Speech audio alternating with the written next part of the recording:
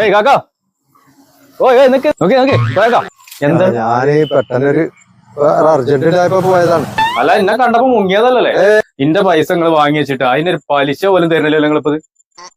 അതിപ്പോ പിന്നെ ഇപ്പത്തെ സ്ഥിതി വളരെ കുറച്ച് ഞാനിത് നാടെന്നാക്കാൻ കൊടുക്കണല്ലോ, ഇത് ബിസിനസ് ആണ്. എനിക്ക് ഇതുമെന്ന് കിട്ടിയിട്ട് വേണം അടുത്ത് തുടങ്ങാൻ. ചുറ്റുപാട് വളരെ മോശമാണ്. അങ്ങനെ നിങ്ങളാരാ? അത് ഞാനാരെന്നല്ല, ഞങ്ങൾ രണ്ടാളോടെ വർത്താനം പറഞ്ഞിരിക്കുമ്പോഴാണ് മൂപ്പരോട് പോകുന്നത്. എന്താ പ്രശ്നം? അല്ല, ഞാൻ മൂപ്പരേന്ന് കുറച്ച് പൈസ വാങ്ങിനി. എത്ര മേടിച്ച്? 10 റുപ്യ 10,000 റുപ്യ. എന്നിട്ട് എത്ര കൊടുത്തു? ഞാനിപ്പോ ഒരു 20 റുപ്യോളം കൊടുത്തു. 20 റുപ്യ തന്നേക്കും. 20 റുപ്യ കൊടുത്ത് കിട്ടും. 10,000 മേടിച്ചു. 20,000 റുപ്യ കിട്ടിയോ? പലിശക്ക് എത്തിയിട്ടുള്ളത് ആകെ 10,000 ആണ് നിങ്ങൾ കൊടുത്തത്.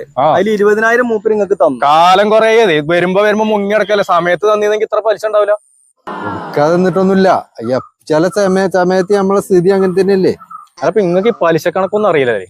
പലിശ അറിഞ്ഞാൽ നേരം വൈകണനുസരിച്ച് കൂടുന്ന സാധനമല്ലേ. നമ്മൾ പൈസ തരുന്ന പലിശ വാങ്ങാനായിട്ടാണ്. പലിശന്റെ കണക്കൊന്നും എനിക്ക് അറിയേണ്ട കാര്യമില്ല. മൂപ്പര് ഈ കാക്ക 10,000 മേടിച്ചിട്ട് 20,000 നിങ്ങൾക്ക് തന്നു. ആ 20,000-ൽ 10,000 കൂടുതൽ കാക്ക തന്നിട്ടുണ്ട്. ഈ അതുകൊണ്ട് നിങ്ങൾ വിടുക, വണ്ടി വിടുക.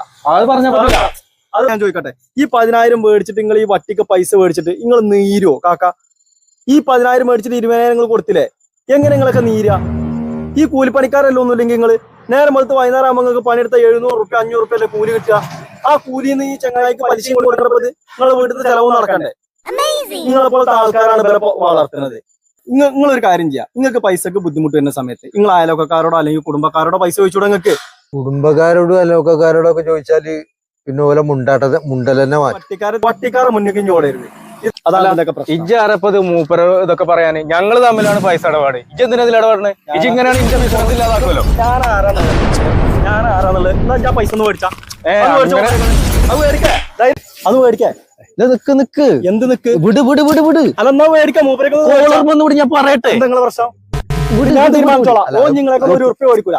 എന്താ പ്രശ്നം? പലിശ ഞാൻ ഒഴിവാക്കി. പലിശ ഒഴിവാക്കി. പലിശ മാത്രമല്ല, ഒരു സാധനം തരില്ല. വേണ്ട പലിശ മൂപ്പര് തരാനുള്ളത് വേണ്ട വെച്ച് ഞാൻ പലിശ വേണ്ട. നിർത്ത്. എന്തെങ്കിലും ഇങ്ങനെ ഹീറ്റാണ്. ഇങ്ങനെയാണെങ്കിൽ എനിക്ക് പ്രശ്നമൊന്നുമില്ലത്. എന്നാ പ്രശ്നമില്ലേ? ഇപ്പോ ഇനിയിപ്പോ നിങ്ങള് പൈസ തരാനില്ല. ഒന്നും തരില്ല. പറഞ്ഞാ പോലെ കാണരുത്. ഞാൻ തീരുമാനാക്കി.